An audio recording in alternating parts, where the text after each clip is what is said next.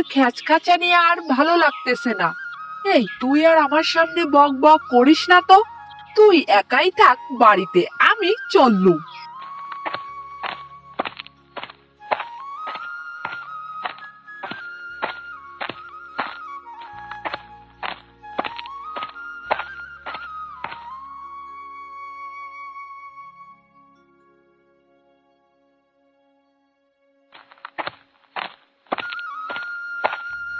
আরে শালা, এখানে বেগুন আবার কোথা থেকে চলে আসলো?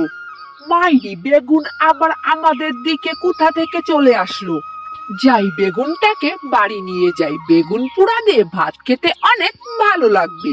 আরে বাবা, আমি কি বলছি, খাওয়ার কথা বললে আবার আমার বউ আমাকে ঝাঁটা নিয়ে পিছনে তাড়া করবে। যাই, বেগুনটাকে আমি উঠানে লাগিয়ে দিই বউয়ের হাতে তাড়া খাওয়ার থেকে। যাই, আমি তাড়াতাড়ি এটাকে ঘরে নিয়ে যাই, গিয়ে আবার খেতে চাষ করতে হবে আমাকে।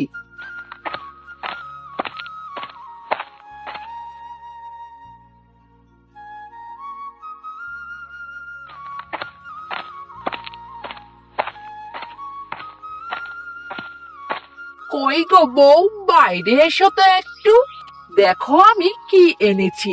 আজকে আমাকে আর তুমি বকাবকি করবে না, এমন একটা জিনিস আমি নিয়ে এসেছি, বের হয়ে একটু দেখো।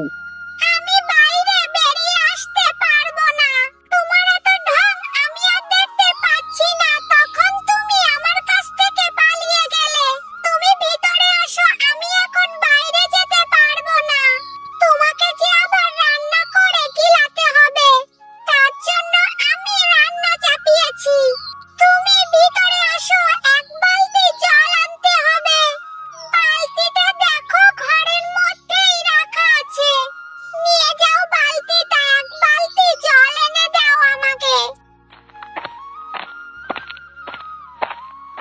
কয়েক মাস পরের কথা। হ্যাঁ গো, আমাদের বেগুন চাষ তো এবার অনেক ভালোই হয়েছে। তুমি এবার মনে হচ্ছে কোনো খারাপ কাজ করনি।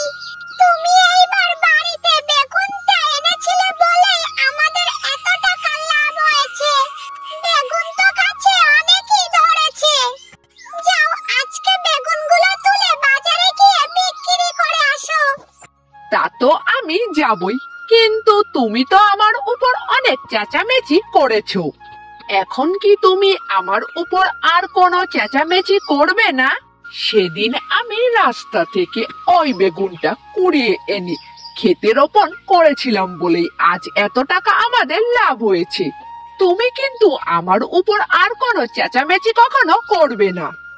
ওরে বাবারে, দুদিন ধরে আমি ওকে কিছু বলছি না বলে ও একেবারে মাথায় উঠে বসেছে। খুন্তি দিয়ে এমন মার মারবো যে বাপের নামটাও ভুলে যাবে তুমি। দুটো বেগুন চাষ করেছে বলে যা ইচ্ছে তাই বলবে নাকি? আমাকে এখনো বিয়ে করার মতো অনেকজনই আছে, বুঝলে তুমি আমি তোমাকে কি বলেছি? তুই কি বললি? আমার বাবার নাম তুললি তুই? তোর আজকে একদিন, আমার আজকে একদিন, তোকে আজ আমি মেরেই ফেলবো। তোর অনেক কিছু আমি সহ্য করেছি, আর না, এই দেখ তুই, শালিকে আমি কিছু বলি না বলে ওর গায়ে অনেক তেল বেড়ে গেছে।